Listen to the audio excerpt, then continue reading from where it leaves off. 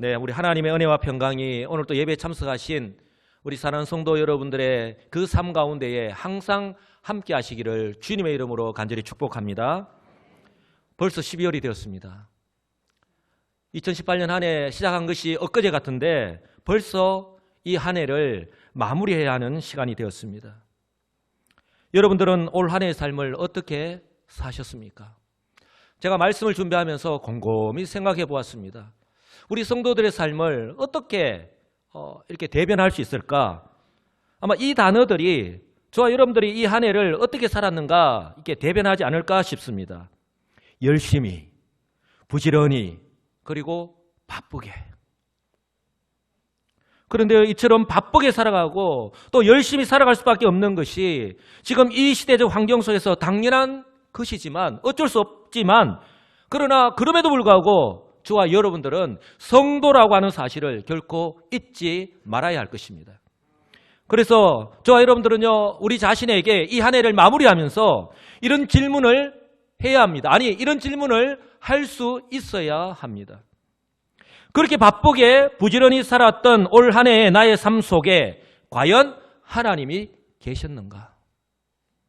즉 나는 하나님을 의식하며 살았는지 요셉처럼 범사의 하나님과 동행함을 삶을 살았느냐 하는 것입니다. 여러분들은 이 질문에 자신 있게 예스라고, 예 그렇습니다 주님이라고 대답할 수 있습니까? 과연 하나님께서는 저와 여러분들의 삶을 어떻게 평가하실까요? 내가 너희들의 삶을 잘 안다. 올 한 해도 너희의 삶의 현장에서 최선을 다한 너희들을 내가 칭찬한다. That's good. 이렇게 엄지손가락을 치켜 세우시면서 칭찬하시는 그런 삶을 살았다면 얼마나 좋겠습니까? 이처럼 주님으로부터 칭찬과 인정을 받는 삶을 살아가시는 저와 여러분들 되시기를 주님의 이름으로 간절히 축복합니다. 여러분 12월 한 달, 11월 한 달까지의 삶이 바쁜 삶을 살았지만 그러나 12월 한 달 어쩌면 그 어느 달보다도 분주한 한 달이 될 것입니다. 송년회로, 망년회로 이 모임, 저 모임에 참석해야 하니까. 근데 저는 담임 목사로서 여러분들에게 이것을 꼭 당부하고 싶습니다. 어떤 사람을 만나느냐, 또 어떤 모임에 참석한다 하더라도 나는 성도라고 하는 사실을 결코 잊지 말라는 것입니다. 나는 이 세상과 구별된 삶을 살아가야 하는 구별된 백성, 거룩한 백성, 성도, 여수시민교회 성도라고 하는 사실을 꼭 기억하시기 바랍니다. 그래서 이번 한 번인데 어때서? 라고 우리를 미혹하고 하는 이 사단 마귀의 그 시험에서 승리하시는 저와 여러분들 되시기를 간절히 소망합니다. 그리고 제가 좀 더 적극적으로 여러분들에게 권면한다면 우리 예수님께서 우리에게 이미 모범을 보여주신 것처럼 분주한 시간을 피해서 새벽이나 밤 시간에 정말 조용한 시간에 우리 성령의 도우심을 구하면서 잠잠히 올 한 해에 내 자신이 어떻게 살아왔는지 내 자신의 삶을 한번 진지하게 돌아보시는 시간이 가지시기 꼭 바랍니다. 그래서 그 하나님 은혜에 감사하고 또한 반성하고 그래야 해서 새로운 한 해의 삶을 계획하는 의미 있는 이 12월을 보내시는 지혜로운 우리 시민교회 성도 여러분들이 되시기를 주님의 이름으로 간절히 축복합니다. 오늘 설교의 제목이 시한부 인생입니다. 말 그대로 얼마 남지 않는 인생, 삶이 정해진 인생을 뜻합니다. 아무도 원치 않습니다. 그러나 대부분의 경우 암이나 또한 난치병에 걸렸을 때에 의사로부터 이러한 선고를 받게 되죠. 이처럼 시한부의 삶을 선고받으면 아마 그 누구라 할지라도 낙심할 수밖에 없을 거예요. 저 역시도 지금은 제 아내가 이렇게 수술을 하고 또 약을 먹으면서 마치 아무 일도 없다는 듯이 건강하게 생활하고 있지만 근데 처음에 이 갑상선 암이라고 하는 이 진단을 받게 되었을 때에 저도 목사인 저도 참 어찌해야 할 바를 모르겠더라고요. 어쩌면 이 자리에 이런 아픔을 직간접적으로 경험하신 분이 계실 수도 있습니다. 그런데 여러분 이거 아십니까? 대부분의 사람들이 이전체 살아가고 있지만 이 땅에서 살아가는 모든 사람은 언젠가는 모든 마지막 순간을 맞이하는 이 시한부 인생을 살아가는 사람이라고 하는 사실입니다. 단지 그 순간을 언제 맞이할지 모를 뿐입니다. 그렇다면 이처럼 시한부 인생에게 정말 중요한 것이 무엇일까요? 얼마 남지 않는 인생, 내가 이것을 알게 될 때에 그런 나에게 무엇이 가장 중요할까요? 한 가지 분명한 것은 자신에게 남아있는 이 시간을 함부로 허비하지 않는다고 하는 사실입니다.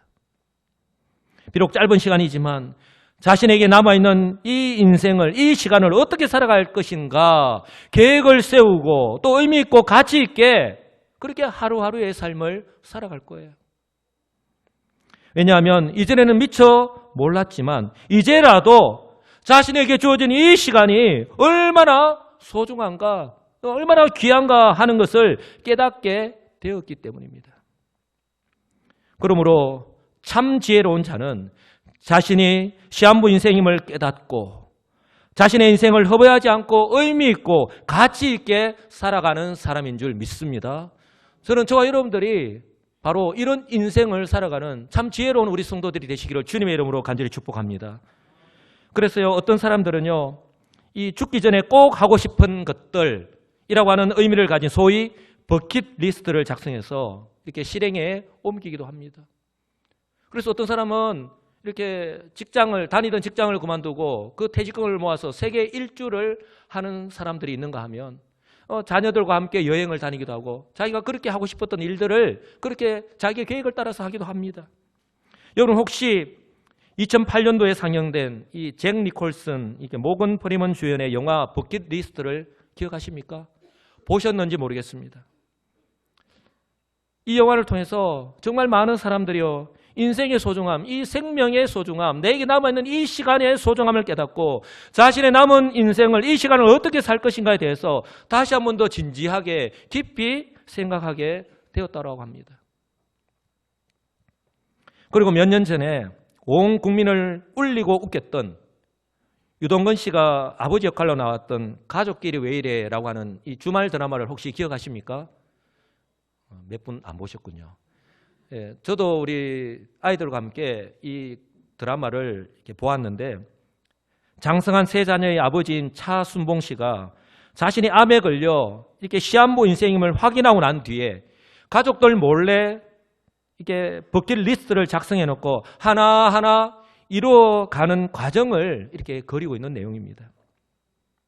저는 이 내용을 보면서 아무리 사랑하는 가족이라 할지라도 아무리 가까운 가족이라 할지라도 자기 중심의 바쁜 이 시대적 환경 속에서 살아가는 사람들에게 정말 잊고 살아가는 우리들에게 무엇이 소중한가, 무엇이 중요한가 하는 것을 보여주는 그런 드라마가 아니었는가 싶습니다. 또 하나를 소개하면 1000명이 넘는 암 말기 환자들의 죽음을 가장 가까이에서 지켜봤고 지금 또 암 말기 환자들을 돌보고 있는 이 호스피스 전문가가 지은 이 죽을 때 후회하는 25가지라는 이 책이 있습니다. 일본인 의사인데요. 이 저자가 책에서 자신이 만난 모든 사람들, 이 1000명이 넘는 모든 사람들이요, 각자 다른 일을 하면서 살아왔고 또한 살아온 삶의 모습이 다 달랐는데 그런데요, 죽음을 앞둔 그들의 이야기를 하나하나 이렇게 듣다 보니까 그들의 이야기 가운데에 공통점이 있음을 발견했다고 하는 거예요. 그 내용을 기록한 것이 바로 죽을 때 후회하는 25가지라고 하는 내용입니다. 그 내용을 잠시 소개할까 하는데요. 우리는 의사로부터 시한부 인생을 선고받지는 않았어요, 육체적으로. 그러나 우리 역시 언젠가는 주님 앞에 가야 될 인생이기 때문에 혹시 지금 나는 뭐 아무런 염려 없다 라고 이야기할 수 있을지 모르겠지만 혹시 이 내용을 들으면서 지금 나 자신과 지극히 공감되는 부분들은 없는지 한번 우리 자신들의 그런 삶의 모습들을 한번 돌아볼 수 있기를 간절히 소망합니다. 첫 번째 후회. 사랑하는 사람에게 고맙다는 말을 했더라면. 이 내용은 신불신갈에 다 이렇게 해당되는 내용이 아닐까 싶습니다. 사랑하는 사람에게 고맙다는 말을 했더라면. 두 번째 후회. 진짜 하고 싶은 일을 했더라면. 세 번째 후회, 조금만 더 겸손했더라면. 특별히 우리 그리스도인들이 나중에 정말 후회할 수 있는 그런 내용들이 아닐까 싶습니다. 네 번째 후회, 친절을 베풀었더라면. 5번째 후에 나쁜 짓을 하지 않았더라면, 6번째 후에 꿈을 꾸고 그 꿈을 이루려고 노력했더라면, 7번째 후에 감정에 휘둘리지 않았더라면, 8번째 후에 만나고 싶은 사람을 만났더라면, 9번째 후에 기억에 남는 연애를 했더라면, 10번째 후에 죽도록 일만 하지 않았더라면, 일 중독에 빠진 우리 성도들 잘 들으시기 바랍니다. 11번째 후에 가고 싶은 곳으로 여행을 떠났더라면, 12번째 후에 내가 살아온 증거를 남겨두었더라면, 13번째 후에 삶과 죽음의 의미를 진지하게 생각했더라면, 저는 이 13번째 후회를 보면서 불신자들이 이것에 대해서 좀 더 깊이 생각하고 우리 그리스도인들이 전하는 복음을 들었더라면 어쩌면 회개할 수 있는 기회가 있었을지도 모르겠는데 라고 하는 생각을 하게 되었습니다. 14번째 후에 고향을 찾아가 보았더라면, 15번째 후에 맛있는 음식을 많이 맛보았더라면, 16번째 후에 결혼을 했더라면, 17번째 후에 자식이 있었더라면, 18번째 후에 자식을 혼인시켰더라면, 19번째 후에 유산을 미리 염두에 두었더라면, 20번째 후에 내 장례식을 생각했더라면, 21번째 후에 건강을 소중히 여겼더라면, 22번째 후에 좀 더 일찍 담배를 끊었더라면, 애연가들이 좀 신경 써서 들어야 될 말이 아닐까 싶습니다. 23번째 후에 건강할 때 마지막 의사를 밝혔더라면, 24번째 후에 치료의 의미를 진지하게 생각했더라면, 마지막 25번째 후에 신의 가르침을 알았더라면. 물론 저자가요, 이 책에서 이야기하는 내용이요 일반화된 것이 아닙니다.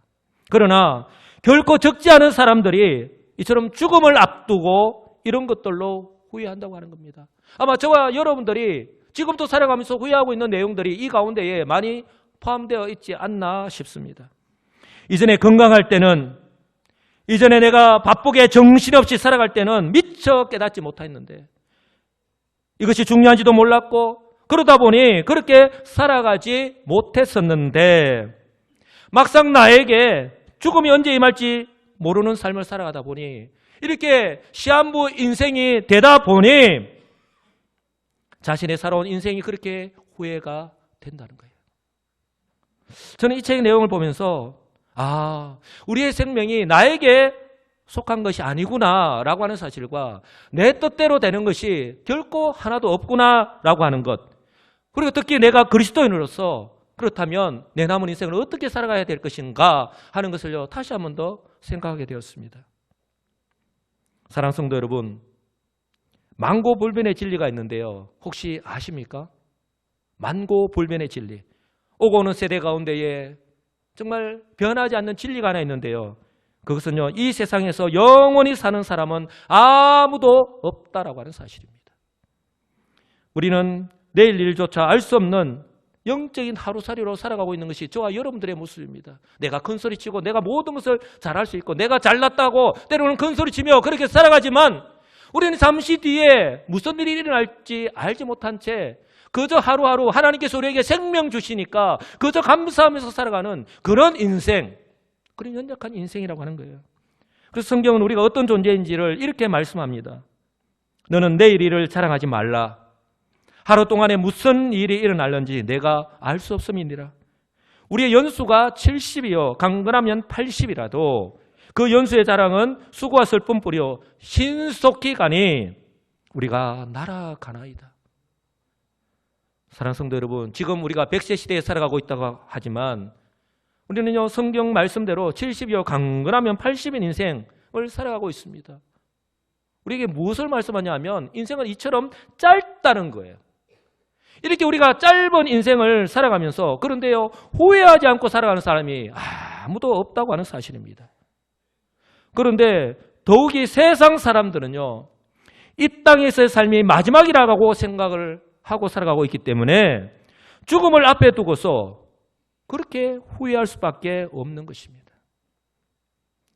조금 전에 살펴봤던 25가지 그 내용에도 포함되어 있겠지만 아마 이 불신자들, 그 무엇보다도 가족을 포함하여 사랑하는 사람들과 헤어져야 하는 슬픔 때문에 그렇게 후회가 되지 않겠어요? 그리고 또 하나, 어쩌면요 죽음 이후에 대한 그런 불확실한 믿음 때문이 아닐까 싶습니다. 왜냐하면 이것은요, 그들이 건강할 때에, 그렇게 바쁘게 살아갈 때에 무관심하였고, 또한 믿는 자들이 그렇게 예수 믿으면 천국 간다, 주 예수를 믿어서 구원받으라라고 외쳤던 그 복음 때문에 아닐까 싶습니다. 왜냐하면 그들은요, 죽음에 대하여 그렇게 두려워하면서도 정작 그들의 죄 때문에 하나님의 심판을 받아서 죽는다는 사실을요, 모른 채 살아가고 있지 않습니까? 왜냐하면 그들에게 있어서 중요한 것은 오직 그들 눈앞에 놓인 현실이기 때문입니다. 그러니 사람들은요, 당장 그들의 삶에 영향을 주는 환경에 따라서 일희일비하며 한평생을 살아갈 수밖에 없는 것이죠. 저는 우리 그리스도인들이 예수를 믿고 구원받고 살아가는 하나님의 은혜 안에서 살아간다고 우리 예수를 고백하는 저와 여러분들이 마치 세상 사람들처럼 이런 인생을 살아가지 않기를 간절히 소망합니다. 그들이 이처럼요, 삶 속에서요, 그렇게 바쁘게 살아가면서도요, 그들이 어쩌면 자주 들었던 복음, 그러나 그들이 외면하였고 또한 관심 밖이었던 하나님의 말씀, 성경은 분명히 이렇게 말씀을 합니다. 그러므로 한 사람으로 말미암아 죄가 세상에 들어오고 죄로 말미암아 사망이 들어왔나니 이와 같이 모든 사람이 죄를 지었으므로 사망이 모든 사람에게 이르렀느니라. 우리는 죄인이고 그 죄 때문에 우리가 하나님의 심판을 받아서 죽는다라고 분명히 말씀을 합니다. 그리고 오늘 본문의 말씀, 한 번 죽는 것은 사람에게 정해진 것이요 그 외에는 심판이 있다고 말씀을 합니다. 여러분, 이 땅에 살아가는 사람들도 우리의 삶을 보고 평가하지 않습니까? 우리에게 이렇게 새로운 생명을 주시고 이 땅에서 우리에게 사명을 주셨고 그 삶을 마무리할 때에 우리 하나님 역시 우리의 삶을 반드시 평가, 심판하신다고 하는 사실을 여러분들 꼭 기억하시기 바랍니다. 이처럼요, 불신자들은요, 정작 그들에게 있어서 더 중요하고 우선하는 이 영혼의 문제, 죽음 이후의 일에 대해서는 좀 더 관심이 없습니다. 두려워하는 마음이 있지만 관심이 없이 무관심한 채 그렇게 살아가는 거예요. 왜냐하면 그들은 살아있으나 죽은 인생을 살아가고 있기 때문에 그렇습니다. 그들이란 상태를 성경은 이렇게 말씀을 합니다. 에베소서 2장 1절, 그는 허물과 죄로 죽었던 너희를 살리셨도다. 그는, 예수 그리스도는 허물과 죄로 죽었던 너희를 살리셨도다. 이 한마디 말씀 가운데에 두 가지 의미가 있잖아요. 우리는 죄로 인하여서 죽은 인생이다. 그것이 우리의 오리지널, 우리의 모습이에요. 죄로 인하여서 죽은 우리의 인생. 그런데 예수 그리스도께서 십자가에 죽으시고 부활하심으로 말미암아 우리에게 죄 사함과 함께 구원, 새로운 생명을 우리에게 주셨다라고 하는 것이 바로 그는 허물과 죄로 죽었던 너희를 살리셨도다라고 하는 이 한마디의 성경 말씀에 다 들어있는 거예요. 그러므로요, 그들은 예수 그리스도의 십자가의 부활의 복음, 또한 저와 여러분들이 전도 현장에서 또한 우리가 자주 만나는 그 이웃들에게 주 예수를 믿어라 그리하면 너와 내 집이 구원을 받는다라고 하는 그 복음을요, 수없이 많이 들었음에도 불구하고 그들이 깨닫지 못하는 것입니다. 어쩌면 이 12월 달 우리가 성탄의 계절이라고 부르는데 거리에는 캐롤송이 울려 퍼지고 성탄 찬양이 울려 퍼지는데 그들이 엉글엉글거리면서 따라 부르면서도 또한 이 성탄절이 어떤 날인가 하는 것을 그들이 알고 있음에도 불구하고 그들은 예수 그리스도를 믿지 않습니다. 그렇기 때문에 1000명 이상의 사람들이 마지막 25번째로 후회하고 있는 것이 바로 신의 가르침을 알았더라면 이라고 후회하고 있는 것이 아닐까 싶습니다. 자신에게 주어진 그 수많은 시간과 기회를 다 놓치고 난 뒤에 후회하면서 하는 말이기 때문에 더더욱 우리의 마음에, 우리의 가슴에 와닿지 않나 싶습니다. 여러분, 그래서요, 우스갯소리지만 지옥에는요, 후회하는 환자들과 껄껄껄 환자들로 가득 차 있다라고 하잖아요. 그때 예수 믿으라고 할 때 믿을 걸, 그때 교회 한번 나와보라고 할 때 나갈 걸, 껄껄껄. 여러분, 이처럼요, 그들은 세상 마지막 날 주님께서 다시 오셔서 심판하시는 날에 그들이 들었던 복음이 사실이었구나 하는 사실을요 깨닫게 될 것입니다. 그러나 그때는 늦습니다. 더 이상 기회가 없기 때문입니다. 여러분, 이것이요 바로 저와 여러분들이 복음을 전해야 되는 중요한 이유라고 하는 사실을 꼭 기억하시기 바랍니다. 그렇기 때문에 저와 여러분들에게 하나님께서 이 복음을 전하는 이 전도자의 사명을 주셨다고 하는 사실을 꼭 기억하시기 바랍니다. 그렇기 때문에 저와 여러분들이 예수 그리스도를 믿고서 그 위에 새로운 존재로 살아가는 하루하루의 삶이, 이 시간이요 얼마나 소중한지 여러분들 꼭 기억하시기 바랍니다. 그러니 저와 여러분들이 분명히 기억해야 될 것은, 아니 분명히 알아야 될 것은요, 그리스도 안에서 구원받고 이 땅에서 사명이 있는 새로운 시한부 인생을 살아가는 저와 여러분들의 삶이 이 세상 사람들과 달라야 한다고 하는 사실을 여러분 꼭 기억하시기 바랍니다. 제가 오늘 설교의 제목을 시한부 인생이라고 했지만 우리 성도들을 지칭하기를 사명이 있는 새로운 시한부 인생이라고 말씀을 드렸습니다. 왜냐하면 이 시한부 인생을 마치면 우리는요 세상 사람들처럼 그것으로 끝나는 것이 아니라 천국에서의 영원한 삶이 기다리고 있기 때문에 그렇습니다. 여러분, 사도 바울이요 이 땅에서의 자신의 삶을 마무리할 때에 어떤 고백을 했는지 여러분 기억하십니까? 디모데후서 4장 7절로 8절에 있는 말씀인데요, 저는 이 말씀을요 계속해서 묵상하면서 정말 사도 바울처럼 우리가 그렇게 살아갈 수는 없지만 우리 주님이 그렇게 모범을 보여주셨고 사도 바울이 이렇게 살아갔던 것처럼 우리의 남은 인생을 이렇게 살아가는 말미암아 우리가 후일에 주님 앞에 서게 될 때에 사도 바울처럼 이렇게 믿음의 고백을 할 수 있었으면 얼마나 좋을까 하는 생각을 해보게 되었습니다. 우리 그런 믿음으로 이 시간에 다 같이 고백하겠습니다.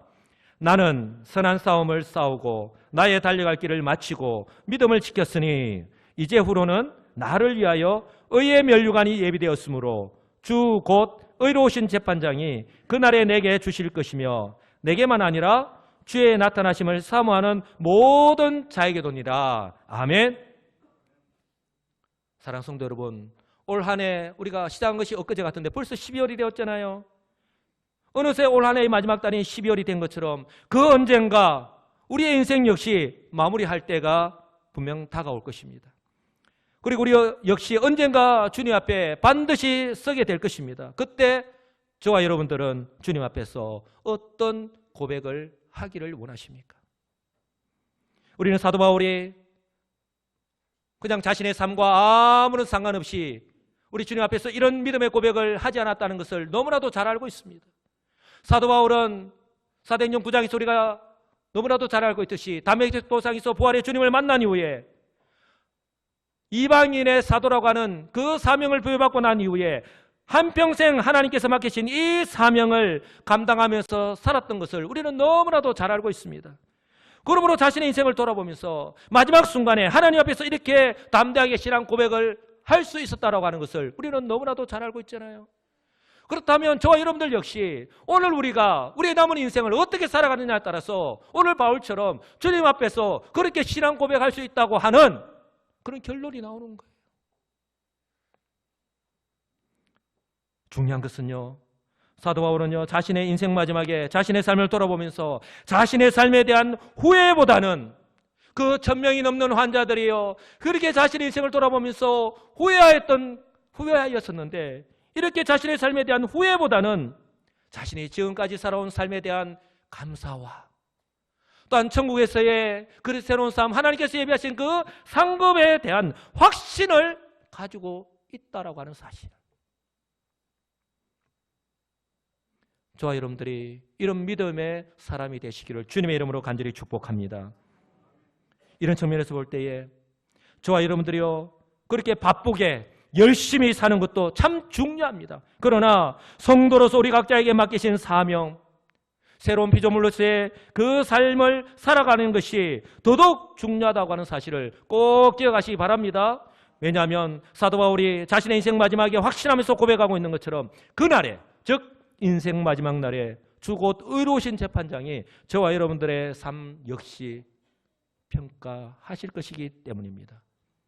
여러분, 이 땅에서의 삶은요 잘못될 수 있습니다. 운동 경기할 때에 심판이요 다 올바른 판단을 내리지 않잖아요. 가끔 오심을 내려서 많은 사람들을 이렇게 힘들게 할 때도 있잖아요. 또한 얼마 전에 대법원 입구에서 대법원장이 탄 승용차에 화염병을 던지는 일이 발생했습니다. 그만큼 이 나라의 사법부, 즉 옳고 그름을 판단하는 이 재판하는 판사를 불신하는 그런 세상이 되어버렸습니다.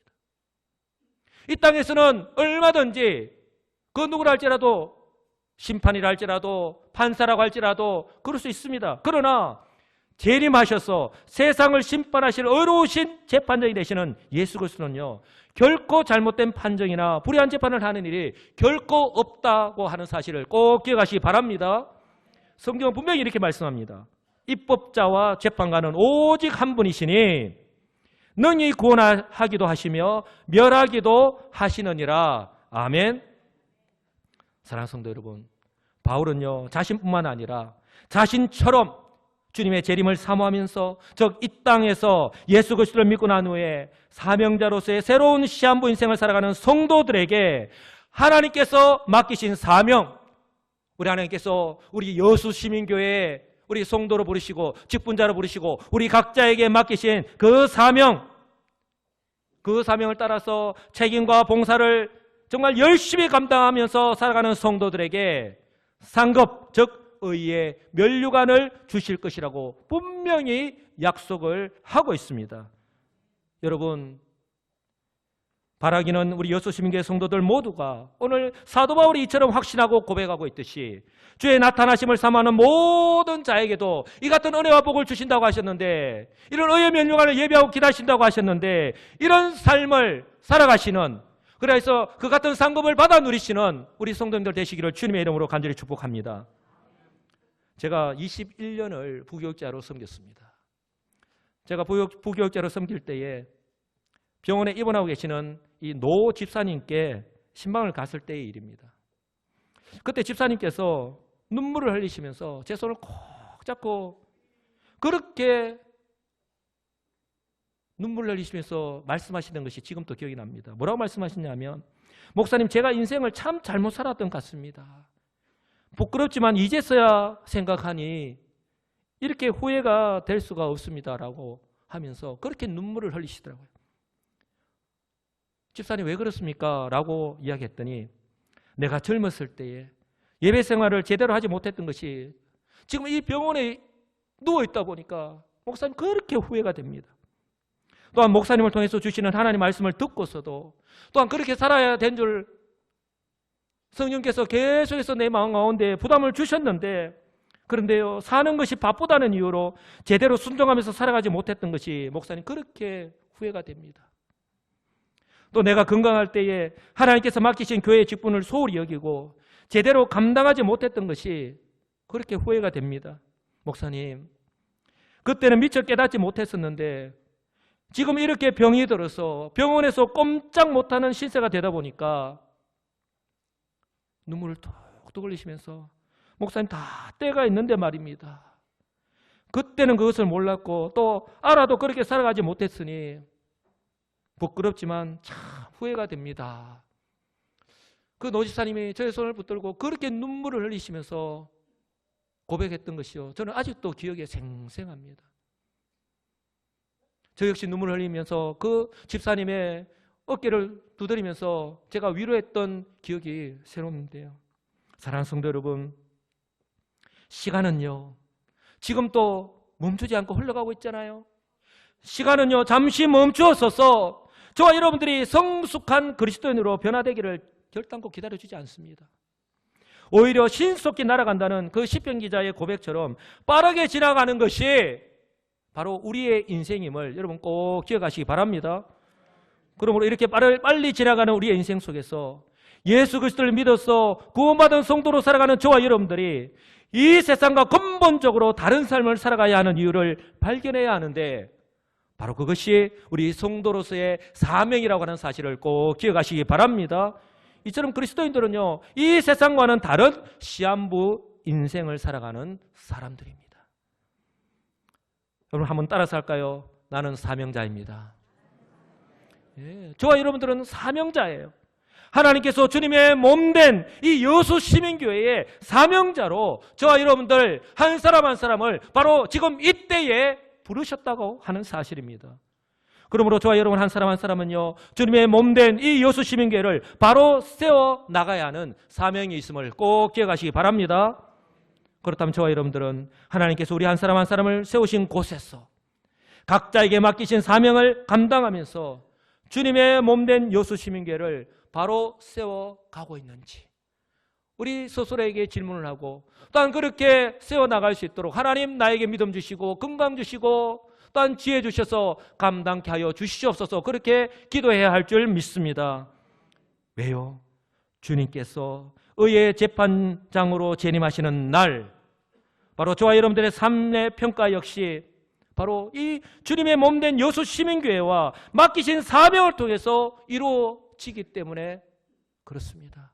여러분, 우리가요 세상에서 얼마나 열심히 바쁘게 살았느냐, 또한 내가 얼마만큼 성공했느냐 중요하지 않습니다. 저와 여러분들이 이 여수 시민교회에서 하나님께서 맡기신 그 사명을 따라서 얼마만큼 새로운 인생을 살았느냐 하는 것을 우리 주님께서 바라보시고 이 교회를 통해서 하나님께서 평가하신다고 하는 사실을 여러분 꼭 기억하시기 바랍니다. 사랑하는 성도 여러분, 저와 여러분은 아무런 소망 없이 살아가던 시한부 인생에서 이처럼 주의 몸된 교회를 바로 세워가는 거룩한 사명이 주어진 가치 있는 시한부 인생을 살아가는 성도가 되었다라고 하는 사실을 꼭 기억하시기 바랍니다. 그러므로요, 이 12월 달이 되었지만 더 이상 이 세상의 마음을 빼앗기지 마시기 바랍니다. 세상이 흘러가는 대로, 물 흘러가는 대로 나의 생각 없이, 아니 이렇게 해서는 안 되는데 하는 생각 없이 그렇게 마치 죽은 물고기가 물이 흘러가는 대로 둥둥 떠내려가듯이 그렇게 살아가서는 안 된다라고 하는 사실입니다. 오히려 하나님의 은혜의 방편인 이 하나님 말씀과 기도를 통하여서 자신의 삶을 돌아보시는 성숙한 성도들이 되시기를 주님의 이름으로 간절히 축복합니다. 그래서 우리에게 주어진 이 하루하루의 삶, 성도로서의 시한부 인생을 결코 후회하지 않고 맡기신 사명을 감당하면서 살아가시는, 그래서 후일에 주님 앞에 섰을 때에 사도 바울처럼 그렇게 담대하게 당당하게 그렇게 믿음의 고백을 하시는 우리 복된 지혜로운 우리 시민교회 성도들이 다 되시기를 우리 주 예수 그리스도의 이름으로 간절히 축복합니다. 아멘.